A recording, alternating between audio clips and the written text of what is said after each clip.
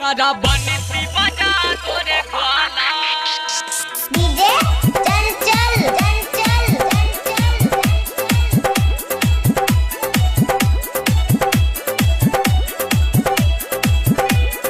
अखन अपने सब सुन रहल छी माँ कोसी फिल्म्स एंड म्यूजिक के शानदार प्रस्तुति।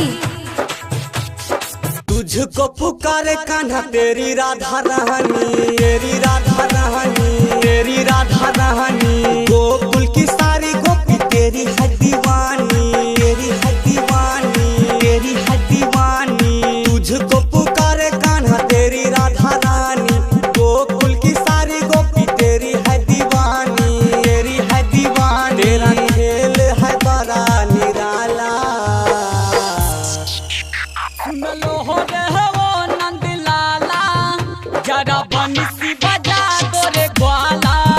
सुन लो हो रे वो नंद लाला, जरा बंसी बजा तोरे ग्वाला। बंसी बजा तोरे ग्वाला।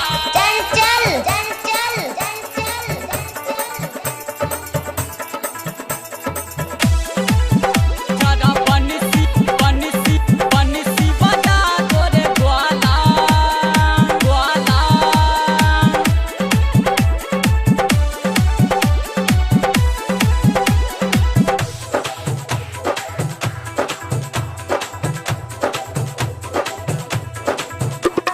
मीठी मीठी बांसुरी से मन को लुभाना, गजब है कान्हा रे तेरा फसाना, तेरा फसाना, तेरा फसाना। मीठी मीठी बांसुरी से मन को लुभाना, गजब है कान्हा रे तेरा फसाना। तेरी मुरलिया राधा राधा पुकारे, दौड़ी चली आई राधा यमुना किनारे, यमुना किनारे। सुन लो हो रे ओ नंद लाला,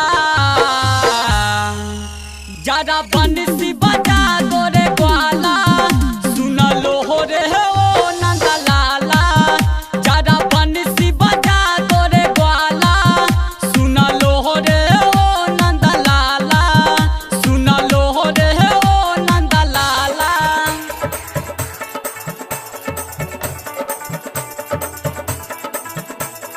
डीजे चंचल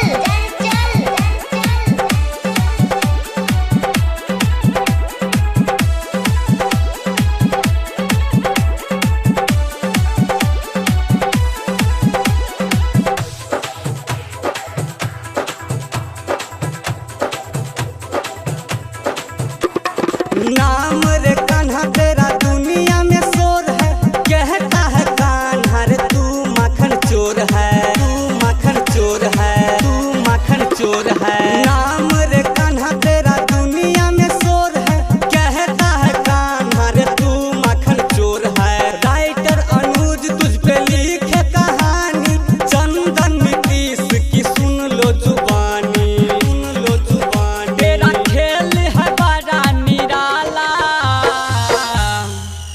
सुन लो हो रे ओ नंद लाला, जरा बंसी बजा तोरे ग्वाला। सुन लो हो रे ओ नंद लाला, जरा बंसी बजा तोरे ग्वाला, जरा बंसी बजा तोरे ग्वाला। अखन अपने सब सुन रहल छी माँ कोसी फिल्म्स एंड म्यूजिक के शानदार प्रस्तुति।